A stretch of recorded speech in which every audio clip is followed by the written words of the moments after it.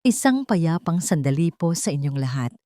Akong muli si Mia at maligayang pagbabalik sa ating tahanan, ang hinahon. May mga sugat na hindi nakikita ng mata, mga lamat sa puso na tanging ang pinakamatinding pagtataksil lang ang makakalikha. Paano ka babangon kung ang mismong gumiba sa mundo mo ay ang taong pinagkatiwalaan mo ng lahat? Marco, nasaan ang 150,000 pesos? Ang tanong ni Elara ay tila isang munting bato na inihagis sa isang tahimik na lawa. Pero ang mga alon na nilikha nito ay sapat na para wasakin ang lahat. Hindi sumagot agad si Marco. Itiniklop niya ang diaryong binabasa, maingat na ipinatong sa lamesa, at saka tumingin sa asawa. Walang gulat, walang kaba. Tila ba matagal na niyang hinihintay ang tanong na yon? Ginamit ko na. Simpleng sagot niya. Ginamit? Para saan? Nagsimulang manginig ang boses ni Elara. Hindi mo pwedeng basta kunin ang pera ng salon ng walang paalam. Para sa mga bonus ng mga staff yon, Marco. Ngumiti si Marco. Isang ngiting malamig. Walang anumang pagmamahal. Para sa future namin ni Sandra. Parang may bombang sumabog sa loob ng dibdib ni Elara. Biglang nabingi ang kanyang mga tainga. Ang tanging naririnig niya ay ang ugong ng sarili niyang dugo, Sandra. Si Sandra. Ang batang tinuring niyang parang nakababatang kapatid. Ang dalagang kinuha niya mula sa probinsya, binigyan ng tirahan, at tinuruang maging isa sa pinakamagagaling niyang stylist. Ang mga alaala ay bumuhos na parang lason. Ang mga huling uwi ni Marco, ang mga biglaang overtime ni Sandra, ang mga palihim nilang tinginan na pilit niyang isinasantabi, pilit niyang niloloko ang sarili na imahinasyon niya lang. Anong sinasabi mo? Tumawa si Marco, isang tawang puno ng pang-iinsulto. Ano ang ine-expect mo, Lara? Na habang buhay akong magtitiis sa'yo? Tumingin ka nga sa salamin. Hindi na ikaw ang babaeng pinakasalan ko. Bawat salita ay isang sampal. Bawat salita ay isang punyal na paulit-ulit isinasaksak sa puso niya. Automatikong napayuko si Elara, napatingin sa sarili niyang mga kamay. Ang mga kamay na nagtrabaho, nagsikap, nagtayo ng lahat ng mayroon sila ngayon. Ang mga kamay na kumayod para mapag-aral si Marco sa kursong gusto niya, para masuportahan ang mga negosyong palaging nalulugi. Ang mga kamay na yon ngayon ay nanginginig. Wala kang karapatan. Halos pabulong niyang sabi. Karapatan? Tumayo si Marco. Ang anino niya'y tila nilalamon si Elara. Ako ang asawa mo. May karapatan ako. At isa pa, it was a good investment. Matalino si Sandra. Praktikal. May vision siya sa pera, hindi tulad mo na puro gastos lang sa salon. Akin ang salon, Marco. Madiing sabi ni Elara. Isang biglaang tapang ang pumalit sa kanyang sakit. Pinaghirapan ko ang bawat isang pako sa lugar na yon. Muling ngumisi si Marco. May kinuha siyang isang folder sa ibabaw ng cabinet at malakas na inihagis iyon sa lamesa sa harap ni Elara. Kumalat ang mga papeles. Basahin mo. Ang boses niya ay puno ng tagumpay.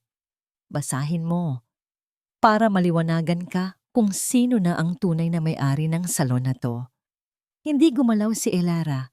Nakatingin lang siya sa mga papeles na nagkalat sa mesa. Ang mga itim na letra ay tila sumasayaw sa kanyang paningin. Nanunya. Ang pangalan niya, ang pangalan ni Marco, at ang isang pirma. Isang pirma na hindi niya matanda ang ginawa. Hindi niya kailangang basahin. Sa lamig na gumapang sa kanyang buong katawan, sa bigat na dumagan sa kanyang dibdib, alam na niya. Nilinlang siya, tinraidor. Dahan-dahan siyang tumayo, walang salita, walang luha. Isang kakaibang pamamanhid ang bumalot sa kanya. Hindi niya tinignan si Marco. Lumakad siya palabas ng pinto ng bahay na siya mismo ang nagpundar, suot lang ang damit pambahay at tsinelas. Ang sikat ng araw ay parang tumutusok sa kanyang mga mata. Ang ingay ng mga sasakyan sa kalsada ay parang malayo. Isang panaginip na hindi kanya. Naglakad lang siya, walang direksyon, walang patutunguhan. Ang mga paa niya ang nagdala sa kanya sa isang pamilyar na lugar. Isang maliit na karinderya na amoy bagong saing na kanin at ginigisang bawang. Lorna's Eatery. Pagpasok niya, sinalubong siya ng init mula sa mga kaldero at ng matamis na boses ng isang babae. "O Elara, napasyal ka? Halika, ipaghahanda kita ng paborito mong..."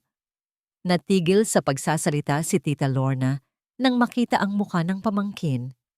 Walang kulay, walang emosyon. Tila isang manikang babasagin na anumang oras ay bibigay.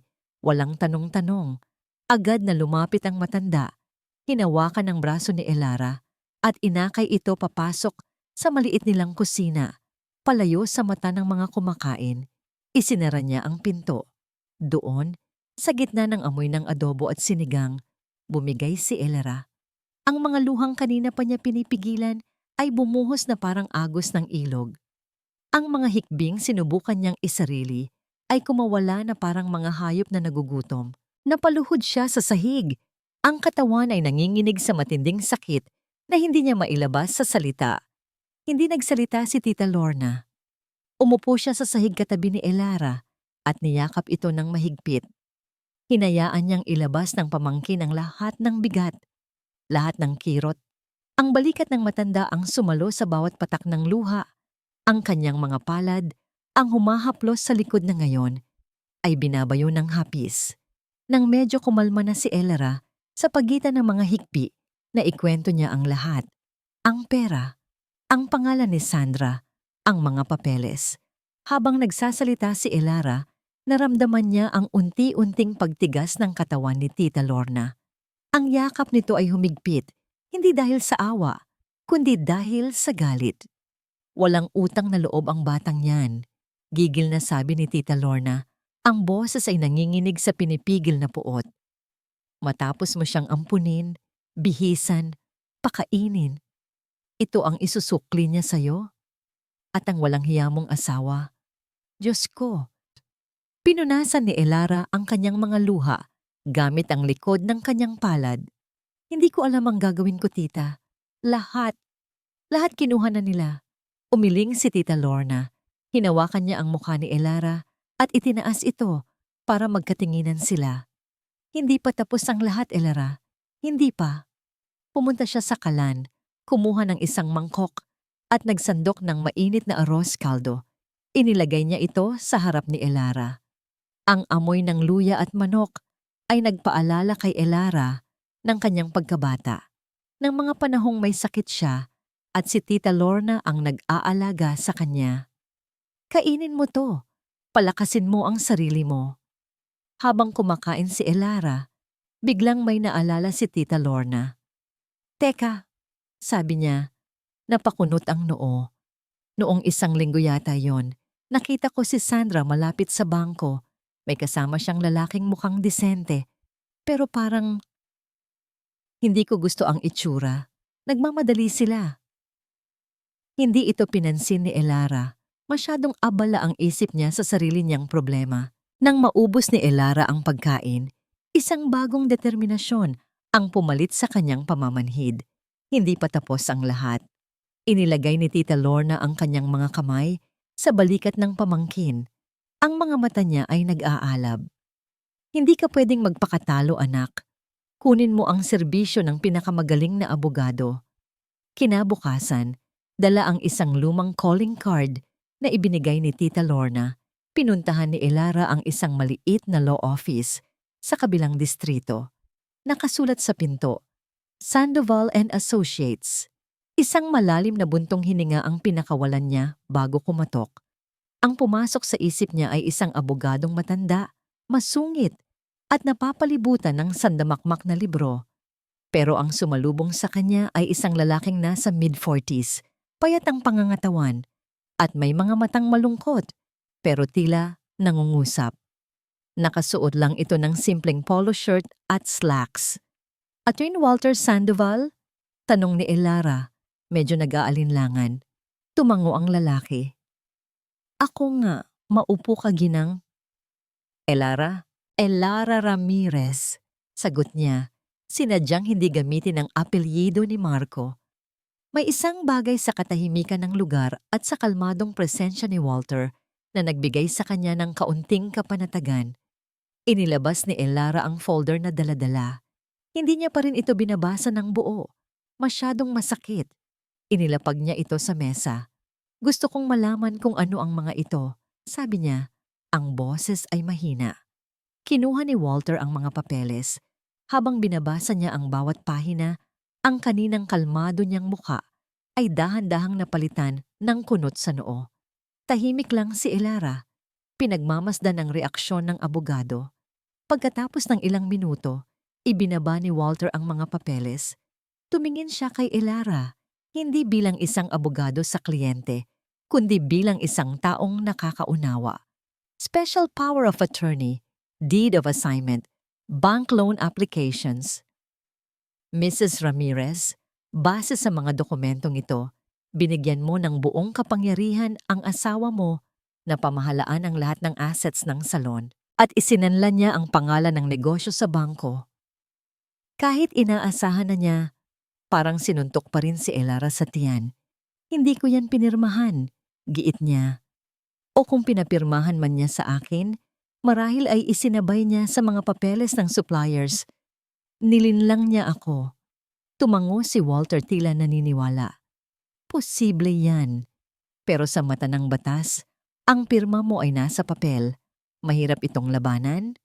Ang kaunting pag-asa na nabuo sa dibdib ni Elara ay unti-unting namatay. So, wala na? Wala na akong magagawa? Sa kanila na ang lahat? Nakita ni Walter ang desperasyon sa mga mata ni Elara. Nakita niya ang bakas ng mga luhang pinunasan, ang bigat ng isang mundong gumuho. May naalala siya sa sarili niyang nakaraan, isang sakit na pamilyar. Inabutan niya si Elara ng isang basong tubig mula sa dispenser. Ang simpleng gesture na yon ay tila isang malaking bagay para kay Elara. Huminga ka ng malalim, Mrs. Ramirez, mahinahon niyang sabi. Hindi ka nag-iisa sa laban na ito. Ipinagpatuloy niya. Mahirap, pero hindi imposible. Ang unang tanong, meron bang pagkakataon na ang pirma mo ay pineke? Tinitigan ni Elara ang isa sa mga dokumento. Parang pirma ko nga, pero may kaibang diin. Masyadong perpekto. Ang pirma ko, palaging medyo magulo pag nagmamadali ako. Isang maliit na kislap ang lumitaw sa mga mata ni Walter.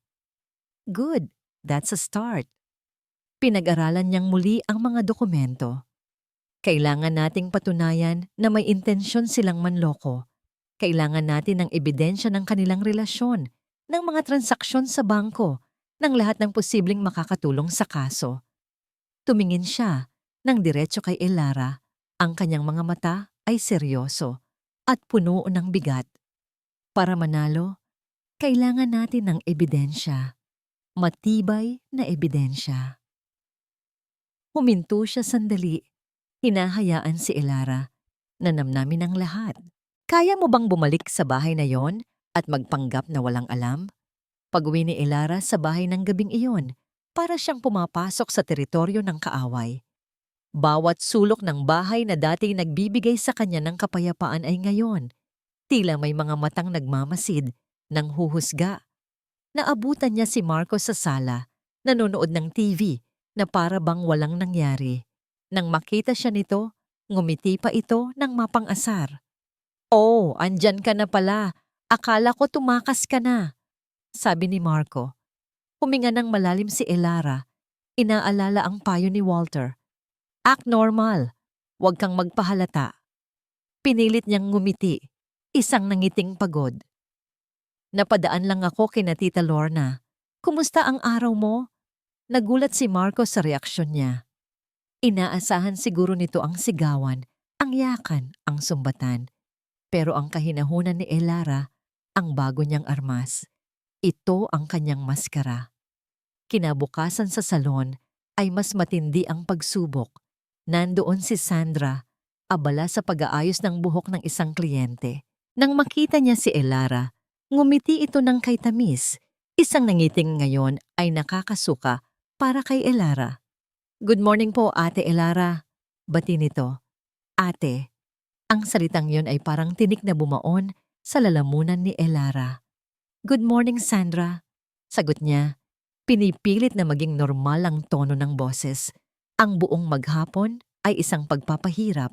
Kailangan niyang tiisin ang mga palihim na sulyapan ni na Marco at Sandra. Ang mga bulungan nila sa sulok. Ang mga pag-uusap tungkol sa mga plano na akala nila'y hindi niya naririnig. Bawat tawa nila ay parang isang insulto.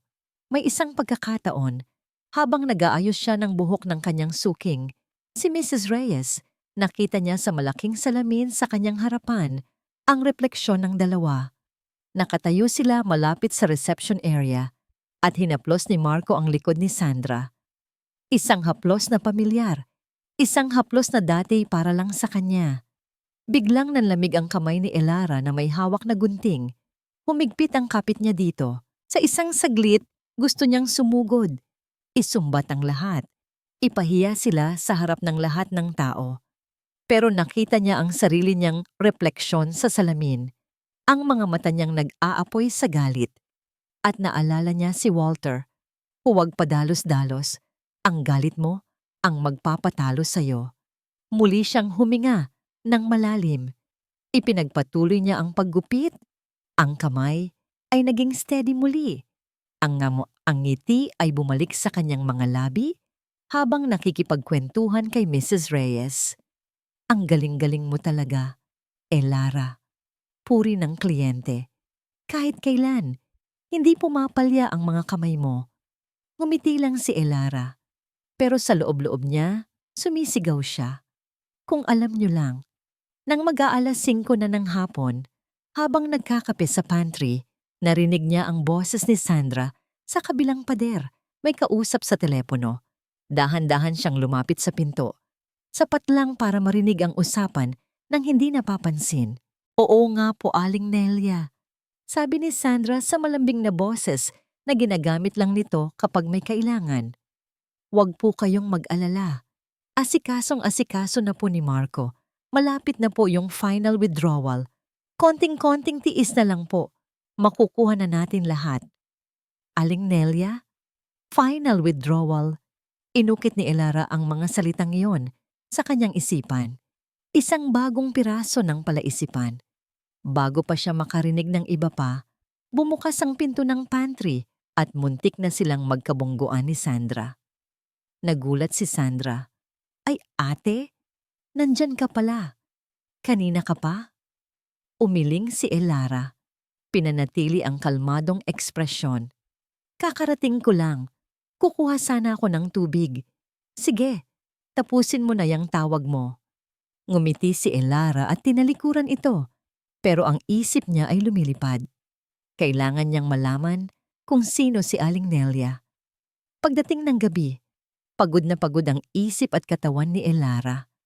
Ang pagpapanggap ay mas nakakapagod pa kaysa sa buong araw na pagtatrabaho. Hinintay niyang maligo si Marco. Alam niyang ito na ang pagkakataon niya. Pumasok siya sa maliit nilang home office, ang lugar kung saan unang gumuho ang kanyang mundo. Ang puso niya ay kumakabog ng malakas sa kanyang dibdib. Pinuntahan niya ang drawer kung saan madalas mag-iwan ng mga resibo si Marco. Wala siyang nakitang kakaiba sa simula. Mga lumang bill, mga resibo ng gasolina. Pero sa ilalim ng lahat, may isang bagay na nakaagaw ng pansin niya. Isang maliit, itim na telepono. Hindi ito ang teleponong gamit ni Marco araw-araw. Kinuha niya ito. Nanginginig ang kanyang mga kamay. Pinindot niya ang power button. Bumukas ang screen, walang password. At sa mismong sandaling iyon, umilaw ito at nag-vibrate. Isang bagong mensahe mula sa isang numerong nakasave sa pangalang S. Ang laman ng mensahe ay nagpatigil sa paghinga ni Elara. "Love, nakuha ko na schedule ni Aling Nelia sa bangko. Wednesday. Siguraduhin mong wala si ate sa salon ng araw na yon, ha? I love you." Nanginginig ang mga kamay ni Elara habang kinukuhanan ng litrato ang mensahe sa sikretong telepono ni Marco.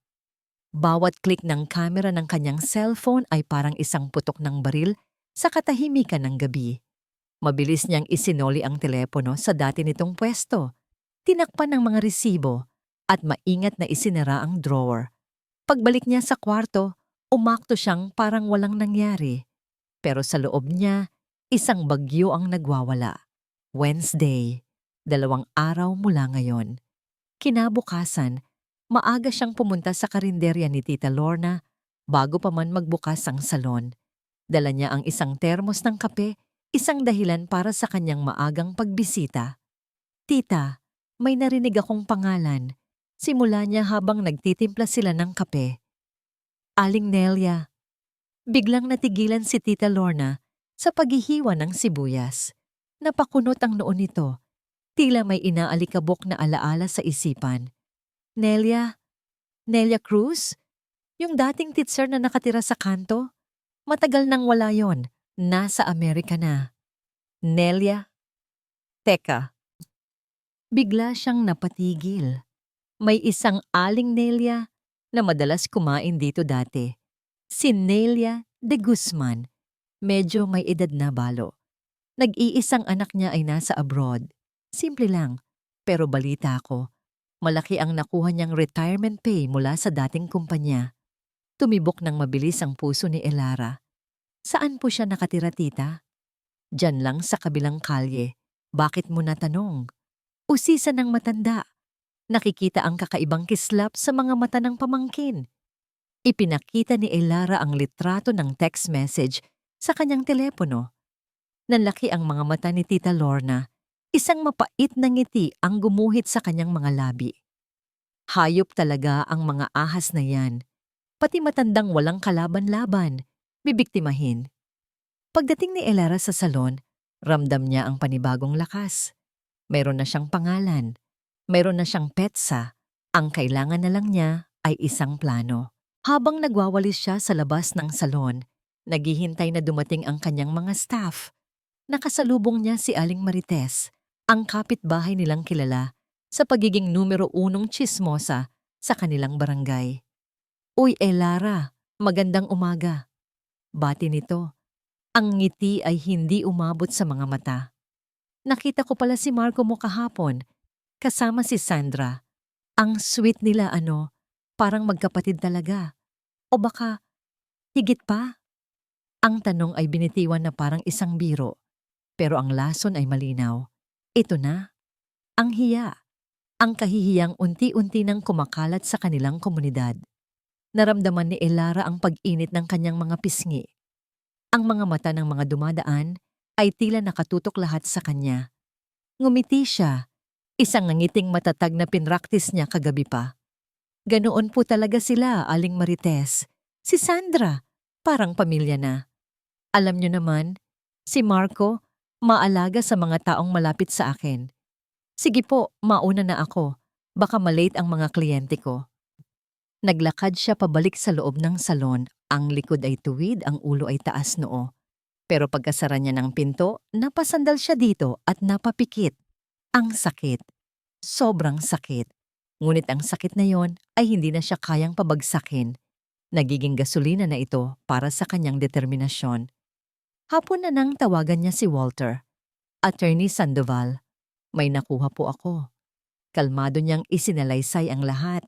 Ang telepono, ang text message at ang impormasyong nakuha niya mula kay Tita Lorna tungkol kay Aling Nelia de Guzman. Narinig niya ang paghanga sa boses ni Walter. Magaling, Elara. Magaling. This is the first thread.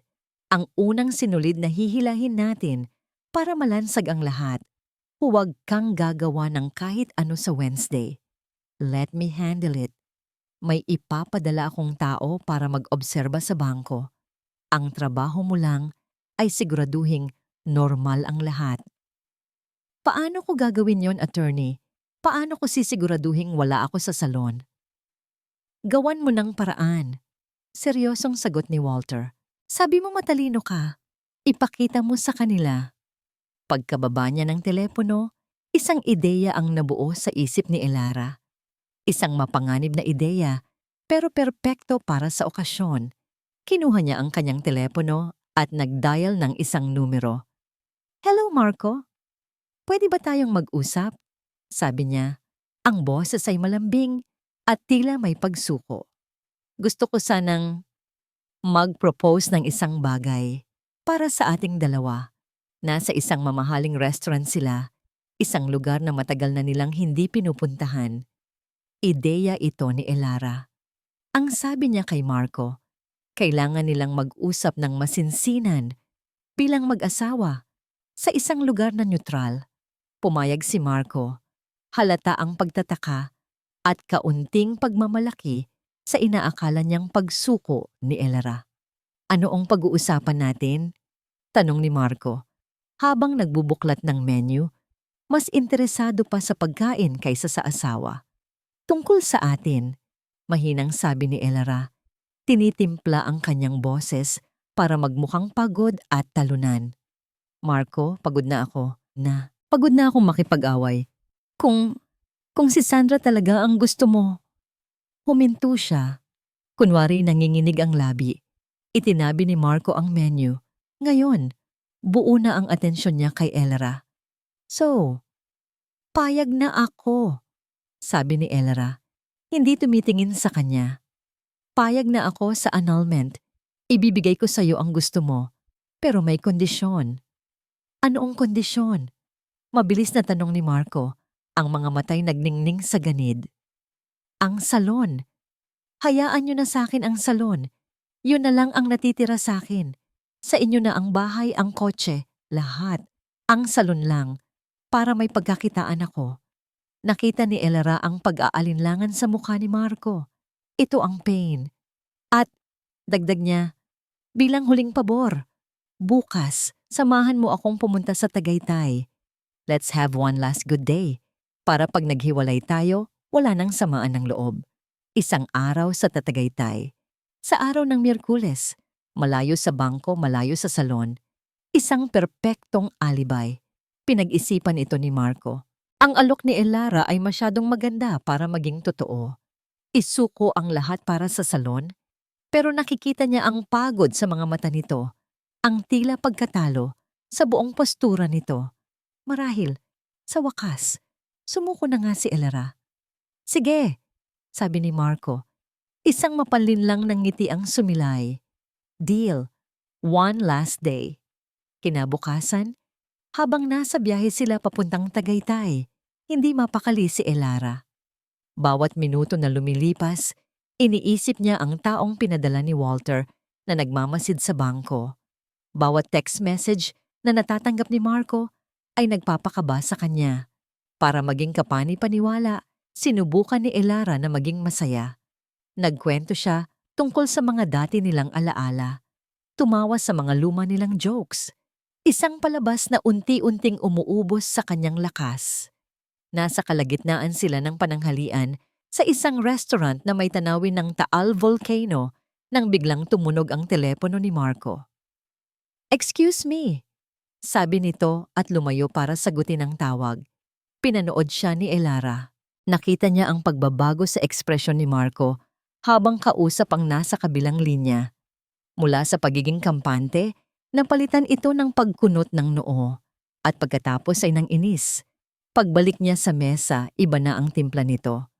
"May problema sa bangko," maikli niyang sabi. "Na-delay daw ang transfer.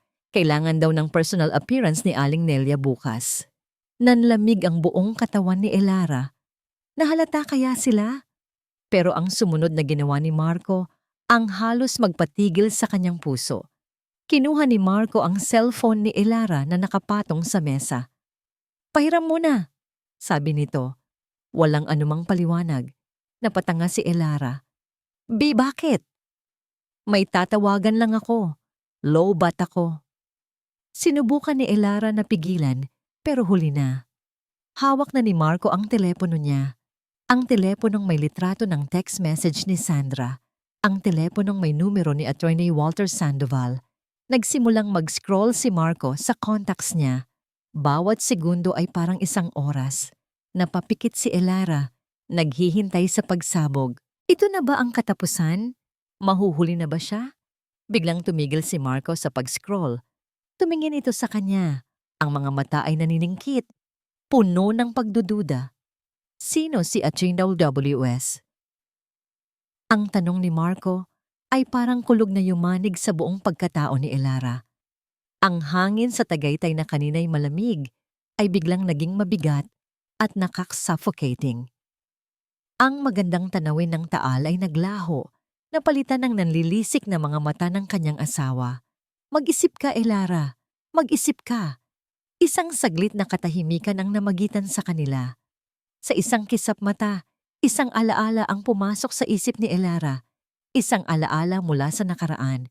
Isang detalye na sana'y makapagliligtas sa kanya. Ngumiti siya, isang ngiting pilit at nanginginig. Ah, yan ba? Si Attorney Wilfredo Santos, pinsan ni Mrs. Reyes, yung suki ko. Nagpatulong ako sa kanya tungkol sa lupa ng mga magulang ko sa probinsya. Matagal ng issue yon, di ba? Ngayon ko lang naasikaso. Tinitigan siya ni Marco. Sinusuri ang bawat galaw, bawat kislap sa kanyang mga mata. Naghahanap ng kahit anong senyales ng pagsisinungaling. Bumalik ang tingin ni Marco sa telepono. Pagkatapos ay binalik ito kay Elara. Bakit hindi mo sinabi sa akin? Dahil ayokong dagdagan ang mga problema mo. Malumanay niyang sagot. Alam kong busy ka. At isa pa, maliit na bagay lang naman. Nahihiya akong abalahin ka pa. Ang salitang nahihiya ay tila tumama sa ego ni Marco. Tumango ito, tila kontento na sa sagot. Ibinato niya ng bahagya ang telepono, pabalik sa mesa. Sa susunod, sabihin mo sa akin, para malaman ko kung sino ang mga kausap mo. May pagbabanta sa tono nito. Tumawag ka na sa restaurant. Magpapa-take out na lang ako. Uuwi na tayo. Kailangan kong asikasuhin yung problema sa bangko. Hindi na kumibo si Elara. Nakahinga siya ng maluwag, pero ang kaba sa dibdib niya ay hindi pa nawawala. Muntik na. Sobrang muntik na. Sa buong biyahe pabalik ng Maynila, walang nagsasalita. Si Marco ay abala sa pagte-text. Halatang kausap si Sandra. Si Elara naman ay nakatingin lang sa bintana. Pero hindi ang mga tanawin sa labas ang nakikita niya. Ang nakikita niya ay ang mukha ni Sandra. 10 taon na ang nakalipas. Isang payat na dalagita, halos 18 taong gulang, na kumatok sa pinto ng salon niya. Dala-dala ang isang sulat mula sa isang malayong kamag-anak sa probinsya. Walang-wala. Takot sa bagong syudad. Ang tanging dala ay ang pangarap na makapagtrabaho. Naawa si Elara. Kinuha niya si Sandra bilang katulong sa salon, tagawalis, tagatimpla ng kape. Pero nakita niya ang determinasyon sa mga mata nito. Nakita niya ang pagnanais na matuto. Tinuruan niya si Sandra. Mula sa paghuhugas ng buhok, pagmamasahe ng anit, hanggang sa tamang paghawak ng gunting. Isinama niya ito sa mga seminar, ibinili ng mga gamit. Pinatira sa bahay nila ng libre. Ibinigay niya ang tiwalang ibinibigay sa isang tunay na kapatid. Naalala niya ang isang gabi. Umiiyak si Sandra dahil nagkasakit ang nanay nito sa probinsya at kailangan ng malaking pera para sa operasyon. Walang pag-aalinlangan, ibinigay ni Elara ang lahat ng ipon niya sa bangko. "Huwag mo na itong isipin, Sandra," sabi niya noon habang yakap-yakap ang nanginginig na dalaga. "Pamilya tayo dito. Magtutulungan tayo." Utang na loob. Isang tanikalang dapat sana'y nagbubuklod sa kanila. Pero para kay Sandra, isa lang pala itong kadena na madali niyang pinutol at ipinanghampas pabalik sa taong tumulong sa kanya. Isang patak ng luha ang pumatak mula sa mata ni Elara. Agad niya itong pinunasan bago pa makita ni Marco. Ang luha na yon ay hindi na para sa sakit ng pagtataksil. Ito ay para sa galit. Isang galit na malinis at dalisay. Hindi na lang ito tungkol sa pera o sa salon. Ito ay tungkol sa hustisya. Para sa isang kabaitang tinapakan. Para sa isang tiwalang dinurog. Pagdating nila sa bahay, bumaba si Elara ng kotse nang hindi na lumingon pa. Pumasok siya sa loob, diretso sa kanyang telepono, at nag-type ng isang mensahe para kay Walter. Attorney, the plan failed. Na-delay ang transaction, pero nalaman ko ang pangalan ng bangko. BPI Tomas Morato Branch. Bukas ng umaga, pupunta sila doon kasama si Aling Nelia. Kinaumagahan, sinabi ni Elara kay Marco na masama ang kanyang pakiramdam at hindi muna siya papasok sa salon. Isa itong kasinungalingan. Sa totoo lang, kailangan niyang makausap si Walter ng personal. Kailangan niyang malaman kung ano ang susunod na hakbang. Mag-iingat ka, sabi ni Marco. May peking pag-aalala sa boses. Ako na ang bahala sa salon. Salamat, sagot ni Elara. Pinipigilan ang sariling matawa ng mapait. Pagkaalis ni Marco, nagmamadaling umalis din si Elara. Pumara siya ng taxi at nagpahatid sa opisina ni Walter. Naabutan niya ang abogado na may kausap sa telepono. Sinanyasan siya nitong maupo. Base sa seryosong mukha ni Walter at sa mga salitang naririnig niya, asset freeze, court order, fraudulent documents. Alam niyang may mahalagang nangyayari. Pagkababa ni Walter ng telepono, humarap ito sa kanya. Ang mga mata nito ay seryoso, pero may bahid ang tagumpay. May magandang balita at masamang balita ako. Elara, simula niya. Unahin niyo na po ang masama, attorney, sabi ni Elara. Hinanda ang sarili. Ang masamang balita, mas malaki ang butas kaysa sa inaakala natin. Ang 150,000 pesos ay simula pa lang. For the past 6 months, Marco has been systematically transferring funds from your salon's corporate account to a dummy account under a different business name. Isang negosyong nakapangalan kay Sandra. Parang binuhusan ng malamig na tubig si Elara. Gaano kalaki? Based on initial findings from my contact inside the bank, we're looking at almost 2 million pesos. 2 milyon. Ang perang pinaghirapan niya sa loob ng maraming taon. Ang perang dapat sanay para sa expansion ng salon. Ang perang para sa kinabukasan nila. Nawala. Napahawak si Elara sa kanyang dibdib. Hindi siya makahinga. Teka, sabi ni Walter. Hinawakan ng kamay niya para kunin ang atensyon niya. Huminga ka. Pakinggan mo ang magandang balita. Tumingin si Elara sa kanya. Ang mga matay puno ng luhang nagbabadyang tumulo. Ang magandang balita, pagpapatuloy ni Walter, ay tanga sila. They got greedy.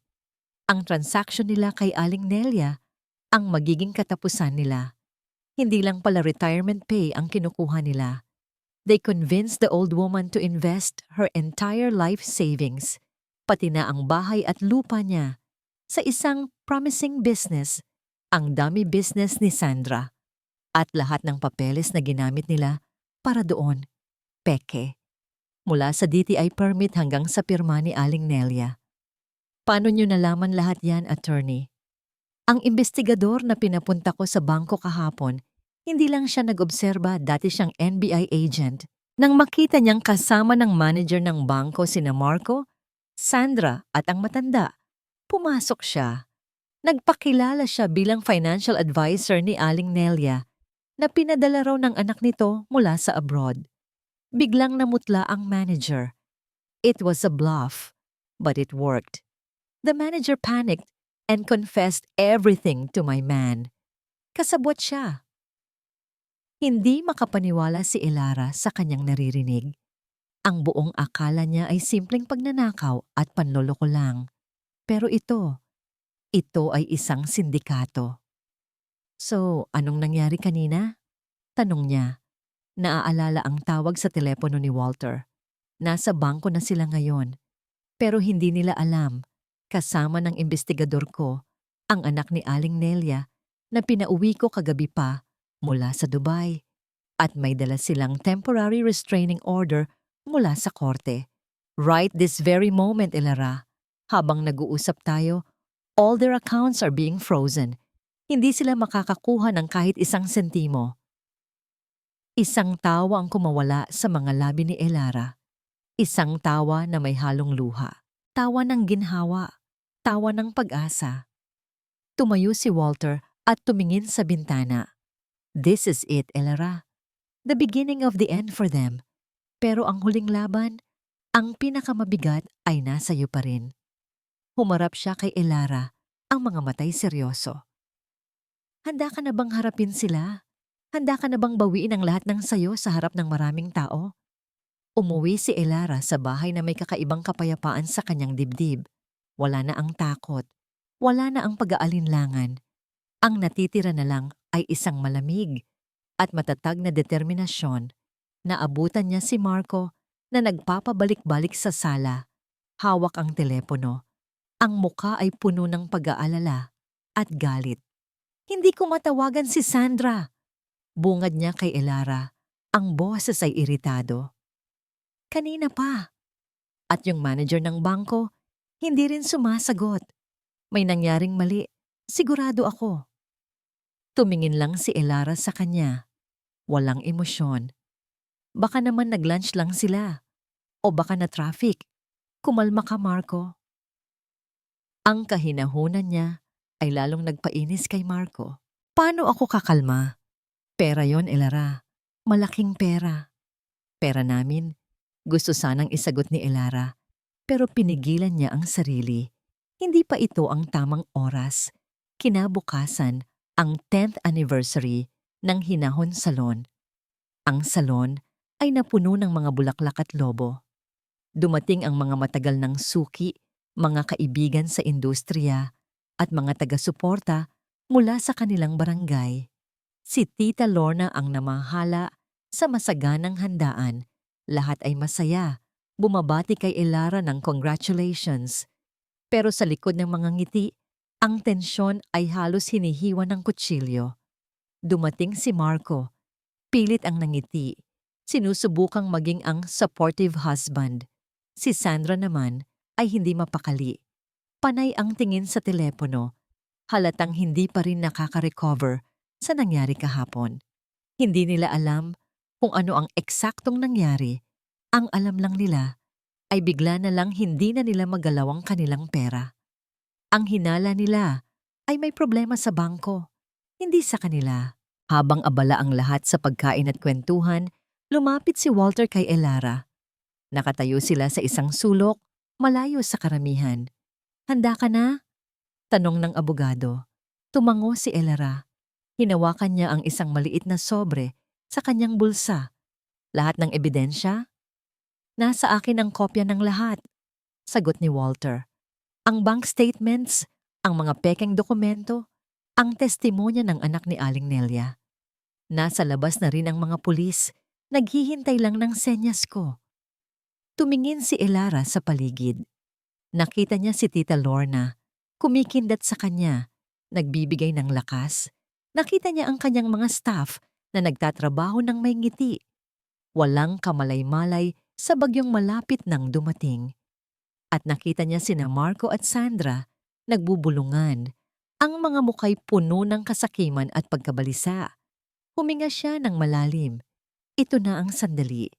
Kinuha niya ang mikropono sa maliit na stage na inihanda para sa okasyon. Magandang hapon po sa inyong lahat. Simula niya. Ang boses ay malinaw at matatag. Agad na tumahimik ang lahat. Ang atensyon ay napunta sa kanya. Maraming salamat po sa pagdalo sa ika-10 anibersaryo ng Hinahon Salon. 10 taon.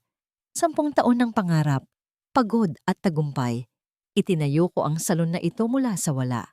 Bawat gunting, bawat suklay, bawat bote ng shampoo. Pinaghirapan ko. Naglakad siya pababa ng stage, papalapit sa gitna kung saan nakatayo sina Marco at Sandra. Ang mga mata ng lahat ay sumusunod sa kanya. Sa loob ng 10 taon na yon, marami akong nakilalang tao. Mga taong naging parte ng buhay ko. Mga taong pinagkatiwalaan ko ng buong buo. Huminto siya sa harap mismo ni Marco. Tinitigan niya ito sa mata. At sa araw na ito, nais kong ipakilala sa inyo ang dalawa sa pinakamahahalagang tao Sa likod ng tagumpay ng hinahon, itinaas niya ang kanyang kamay at itinuro si Marco. Pagkatapos ay si Sandra, ang aking kabiyak, si Marco, at ang aking itinuring na kapatid, si Sandra. Pumalakpak ang mga tao, nalilito pero nakikisama. Ngumiti si Marco at Sandra, isang ngiting alanganin. Hindi nila alam kung ano ang plano ni Elara. Mayroon akong isang espesyal na anniversary gift para sa kanilang dalawa.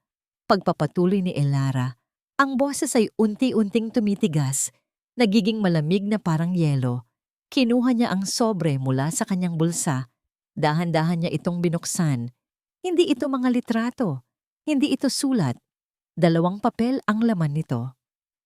Ito, sabi niya, iniaabot ang isang papel kay Marco. Ang kopya ng annulment papers na pinafile ko laban sa'yo on the grounds of adultery and estafa. Nanlaki ang mga mata ni Marco. At ito naman, sabi niya, iniaabot ang isa pang papel kay Sandra na ngayon ay namumutla na. Ang kopya ng kasong qualified theft na isinampa ko laban sa'yo. Isang nakabibinging katahimikan ang bumalot sa buong salon. Ang katahimikan sa loob ng salon ay mas matindi pa sa kahit anong sigaw. Ang mga ngiti sa mukha ng mga bisita ay naglaho, napalitan ng pagkabigla at pagkalito. Ang masayang musika ay tila isang malayong alingaw-ngaw. Si Marco ang unang bumasag sa katahimikan, isang tawa. Isang tawang pilit at desperado. Anong kalokohan to, Elara? Sabi niya, iwinawasiwas ang papel. Nagbibiro ka ba? Anniversary gift? Ito? Walang nakakatawa, Marco. Sagot ni Elara. Ang boses ay hindi natitinag. Bawat salitang nakasulat diyan ay totoo. Sinungaling! Sigaw naman ni Sandra, ang mga matay ng lalaki sa takot at galit. Nasisiraan ka na ng bait, Ate Elara. Gumagawa ka ng kwento. Anong qualified theft? Wala akong ninanakaw sa'yo. Wala. Dahan-dahang umiling si Elara. Isang mapait na ngiti ang sumilay sa kanyang mga labi. Ang 2 milyong piso na unti-unti niyong nilipat mula sa account ng salon papunta sa dummy account mo. Hindi ba pagnanakaw yon? Ang pag-engganyo niyo sa isang matandang tulad ni Aling Nelia na isugal ang lahat ng ipon niya sa pekeng negosyo niyo. Anong tawag doon? Sa pagbanggit ng pangalan ni Aling Nelia, si Sandra ay napaatras na parang nasampal. Ang lahat ng kulay ay nawala sa kanyang mukha. Hindi namin alam ang sinasabi mo. Pagkakaila pa rin ni Marco. Pero ang panginginig ng kanyang boses ay hindi maitatago. Talaga? Tanong ni Elara. Itinaas niya ang kanyang kamay, isang senyas para kay Walter na kanina patahimik na nakatayo malapit sa pinto. Lumapit si Walter, dala-dala ang isang manipis na folder. Kalmado niyang binuksan ito.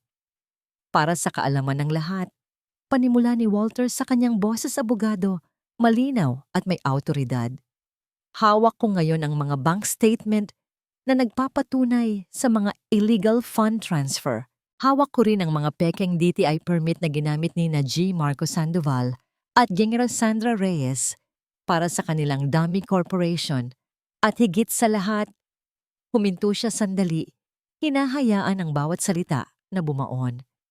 Hawak ko ang sinumpaang salaysay ng bank manager ng BPI Tomas Morato na umamin na sa buong sabwatan. Kung may natitira pang pag-asa kina Marco at Sandra, sa sandaling iyon ay naglaho na itong lahat. Mga traidor, isang boses ang sumigaw mula sa mga bisita.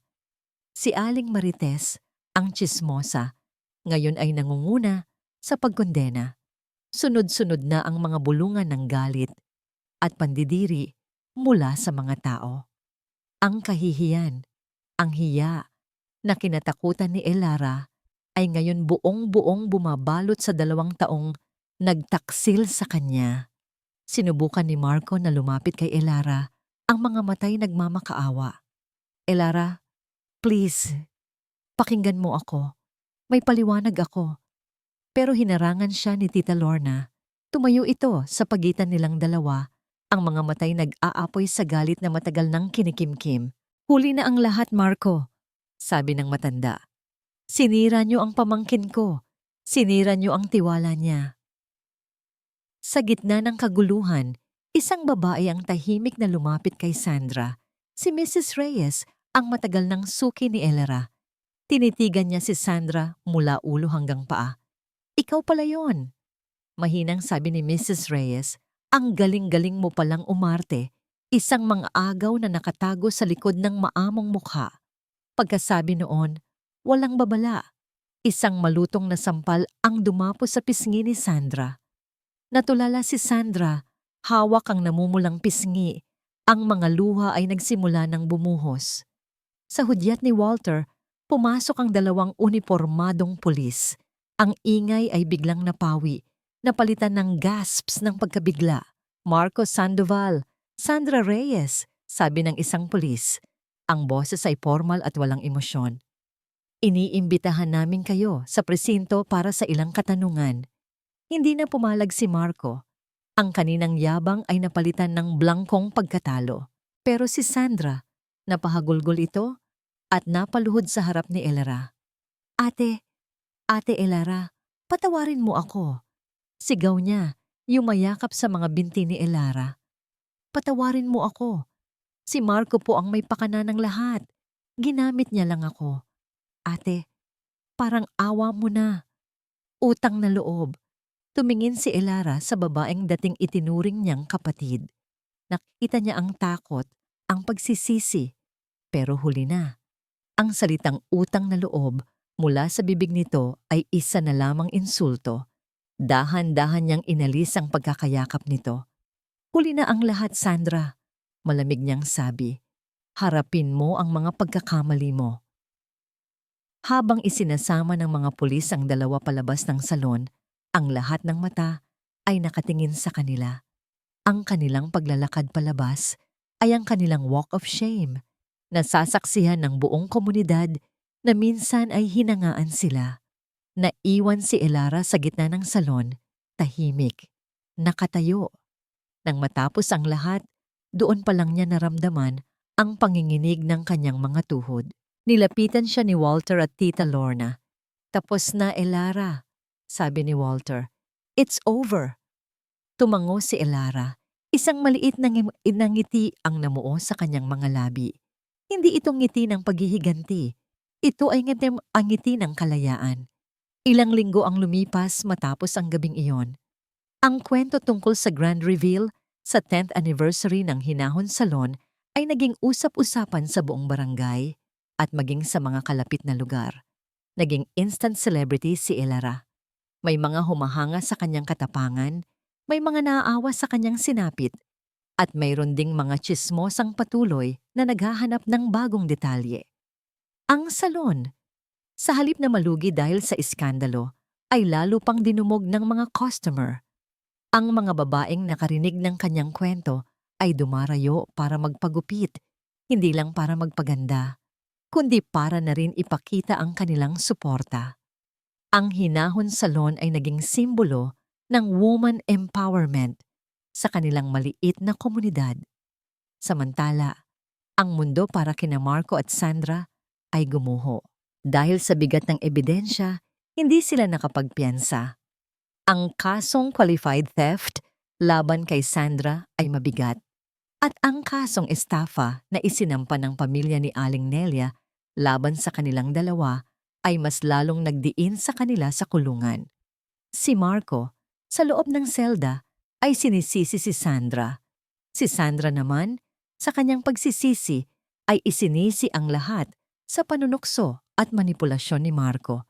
Ang pag-ibig na akala nila'y matatag ay gumuho kasama ng kanilang mga pangarap. Isang hapon, habang nag-aayos ng mga bagong stock ng shampoo, si Elera, dumating si Walter. Hindi na siya formal na abogado ngayon. Isa na siyang kaibigan na may dalang isang kahon ng paboritong ensaymada ni Elera. Kamusta ang reyna ng hinahon? Bati niya, may ngiti sa labi. Ngumiti pabalik si Elera. Heto, Sinusubukang bumalik sa normal. Nagtimpla siya ng kape at naupo sila sa maliit na mesa sa loob ng opisina ng salon. May balita ako sa'yo, sabi ni Walter. Ino-offeran ni Marco ng settlement ang kaso ng annulment. Payag siyang ibigay sa'yo ang lahat. Bahay, kotse, lahat ng natitirang assets. Basta iuurong mo ang adultery charge. Nahihiya raw ang pamilya niya. Tumingin si Elara sa labas ng bintana. Ang salitang hiya ay tila isang mapait na biro ngayon. Payag ako, sabi niya. Hindi ko kailangan ang kasong yon para patunayan ang pagkapanalo ko. Ang gusto ko lang ay matapos na para makapagsimula na ako ulit. Tumango si Walter, may paghanga sa kanyang desisyon. Mature na desisyon yan, Elara. Tungkol naman kay Sandra, ang abogado niya ay nakikiusap kung pwede mo raw siyang kausapin. Umaasa pa rin siyang mapapababa mo ang kaso. Natahimik si Elara. Ang pangalan ni Sandra ay nagdudulot pa rin ng kirot pero hindi nagalit. Awa.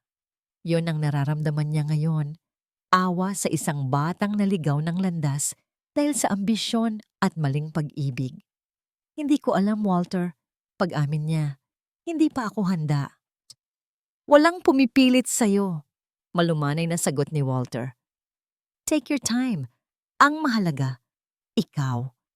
Ang paghilom mo, yun ang priority.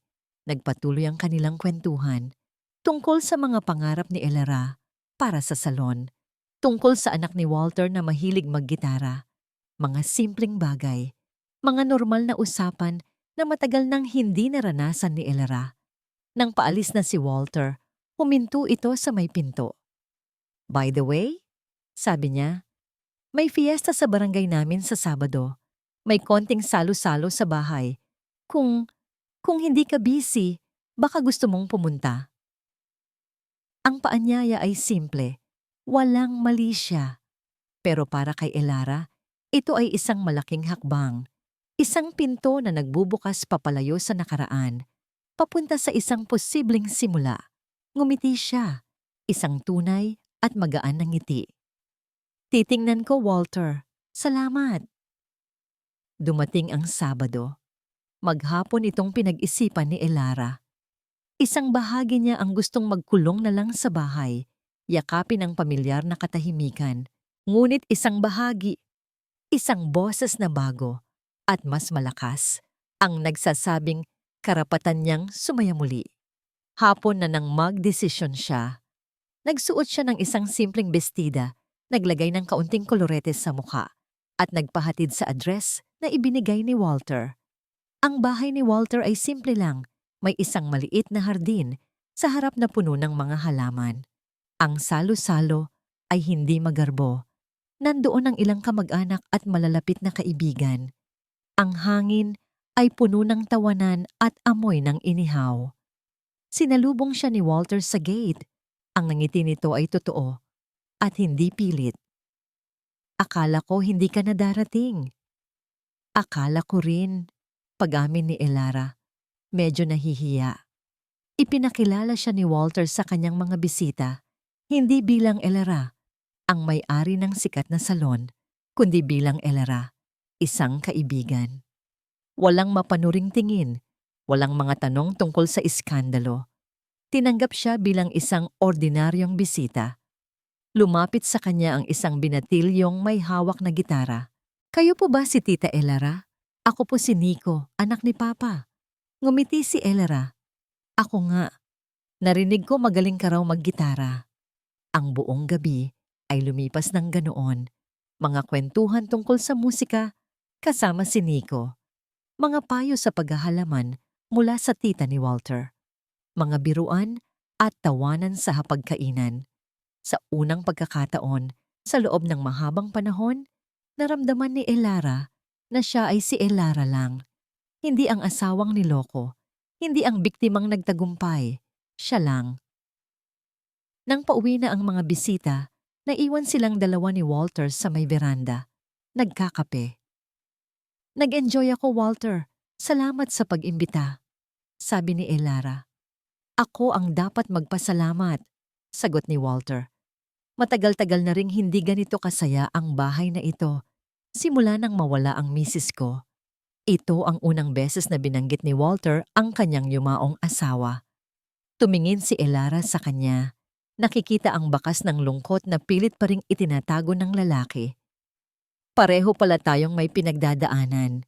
Mahinang sabi ni Elara. Pareho tayong sinusubukang maghilom. Tumingin si Walter sa kanya, ang mga matay puno ng pag-unawa. Siguro nga, siguro, kaya tayo nagkakilala. Hindi nila kailangan ng maraming salita. Sa katahimikan sa pagitan nila, may isang koneksyon na nabubuo. Hindi ito ang nag-aalab na pag-ibig ng kabataan. Ito ay isang bagay na mas malalim, mas tahimik. Isang pag-unawa na pareho silang may bitbit na bagahe, parehong may mga sugat, pero handang maglakad pasulong. Tungkol kay Sandra, biglang sabi ni Elara, tila handa na siyang pag-usapan ito. Nagdesisyon na ako. Hindi ko siya bibisitahin, hindi pa ngayon. Pero hindi na rin ako hahadlang kung may paraan para mapababa ang sentensya niya balang araw. Bahala na ang batas. Ang kailangan kong patawarin ngayon, Walter, ay ang sarili ko. Napatingin siya sa kanyang mga kamay. Kailangan kong patawarin ang sarili ko sa pagiging bulag, sa hindi pakikinig sa sarili kong kutob, sa pagpayag na tapakan ng halaga ko. Sa sandaling iyon, dahan-dahang inilagay ni Walter ang kanyang kamay sa ibabaw ng kamay ni Elara. Isang dampi na magaan, pero puno ng init at suporta. Hindi ka naging bulag, Elara, sabi niya. Nagtiwala ka lang, nagpatawad ka, nagmahal ka, at walang mali doon. Tumingin si Elara kay Walter, at sa pagkakataong ito, ang mga luhang namuo sa kanyang mga mata ay hindi na dahil sa sakit o galit. Ito ay mga luha ng pasasalamat. Sa pagsikat ng isang bagong araw, alam ni Elara na ang paghilom ay isang mahabang proseso. Pero sa gabing iyon, sa simpleng veranda na yon, sa tabi ng isang taong nakakaunawa sa kanya, naramdaman niyang hindi na siya nag-iisa sa paglalakbay na yon. Isang taon ang lumipas. Ang sikat ng araw ay malumanay na tumatago sa salaming bintana ng hinahon salon. Mas malaki na ito ngayon, mas maliwanag. May isang bagong wing na idinagdag si Elara. Isang maliit na training area para sa mga kabataang nangangarap maging stylist. Isang bagay na matagal na niyang plano. Nakatayo si Elara sa gitna ng salon, hawak ang isang tasa ng kape, pinagmamasdan ng kanyang mundo. Ang kanyang mga staff ay abala. Ang kanilang mga tawa at kwentuhan ay pumupuno sa hangin. Sa isang sulok, si Tita Lorna ay nakikipagkwentuhan sa isang suki. Dala-dala ang isang basket ng bagong lutong puto. Ang lahat ay nasa perpektong kaayusan. Lumapit sa kanya ang isa sa mga bagong intern, isang dalagang mahiyain mula sa probinsya. Ma'am Elara, paano po ulit yung tamang anggulo ng gunting para sa layering? Ngumiti si Elara. Kinuha niya ang gunting at suklay. Ganito, anak. Sabi niya, ang kanyang mga kamay ay kalmado at puno ng kumpiyansa habang ginagabayan ang dalaga. Sa mga mata ng intern, nakita ni Elara ang refleksyon ng sarili niya noon, puno ng pangarap. Nakita rin niya ang anino ni Sandra, isang paalala ng isang aral na hinding-hindi niya malilimutan. Pagkatapos ng trabaho, hindi siya umuwi sa dati nilang bahay ni Marco. Ipinagbili na niya iyon. Nakatira siya ngayon sa isang mas maliit, mas komportableng apartment na malapit lang sa salon. Pagpasok niya, sinalubong siya ng amoy ng nilulutong hapunan. Nasa kusina si Walter, nakasuot ng apron, seryosong-seryoso sa paghihiwa ng gulay. Sa tabi niya, si Nico ay tumutugtog ng gitara. Tamang-tama ang dating mo, bati ni Walter. Hinalikan siya sa pisngi. Luto na ang sinigang. Naupo sila sa hapagkainan, isang pamilya na hindi binuo ng dugo, kundi ng pag-unawa, respeto, at pangalawang pagkakataon. Walang marangyang buhay, walang mga kasinungalingan. Tanging simpleng kaligayahan. Habang naguhugas ng pinggan, may iniabot na sulat si Walter. Galing ito sa City Jail. Ang pangalan ng nagpadala, Sandra Reyes. Kinuha ito ni Elara. 1 taon na ang nakalipas bago siya nakatanggap ng sulat mula dito. Sa loob ng 1 taon, nabalitaan niyang si Sandra ay naging aktibo sa mga programa sa loob ng kulungan. Si Marco naman ay nailipat na sa bilibid matapos mahatulan sa mas mabibigat na kaso. Tinitigan ni Elara ang sobre. Dati, ang sulat na ito ay magdudulot sa kanya ng galit o sakit. Pero ngayon, tanging kapayapaan ang nararamdaman niya. Hindi niya ito binuksan. Dahan-dahan siyang lumakad papunta sa isang maliit na baul sa kanyang kwarto. Inilagay niya ang sulat sa loob, kasama ng mga lumang litrato, mga papeles ng annulment, at lahat ng alaala ng kanyang nakaraan. Isinara niya ang baul, hindi dahil sa ayaw niyang magpatawad, kundi dahil matagal na niyang nagawa iyon. Pinatawad na niya si Sandra, pinatawad na niya si Marco, at ang pinakamahalaga, pinatawad na niya ang kanyang sarili. Ang hindi pagbukas sa sulat ay hindi paglimot. Ito ay pagtanggap. Pagtanggap na ang kabanatang iyon ng buhay niya ay tapos na at hindi na kailangang buklatin pa. Lumabas siya sa maliit na balkonahe kung saan naghihintay si Walter. Niyakap siya nito mula sa likuran. "Okay ka lang?" tanong nito.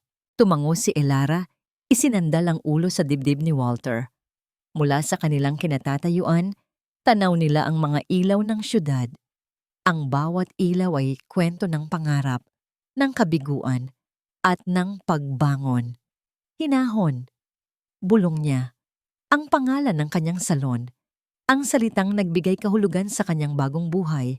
Hindi ito ang kawalan ng bagyo, kundi ang kapayapaan sa gitna nito. At sa wakas, pagkatapos ng lahat, natagpuan na ni Elara ang tunay at payapa niyang hinahon.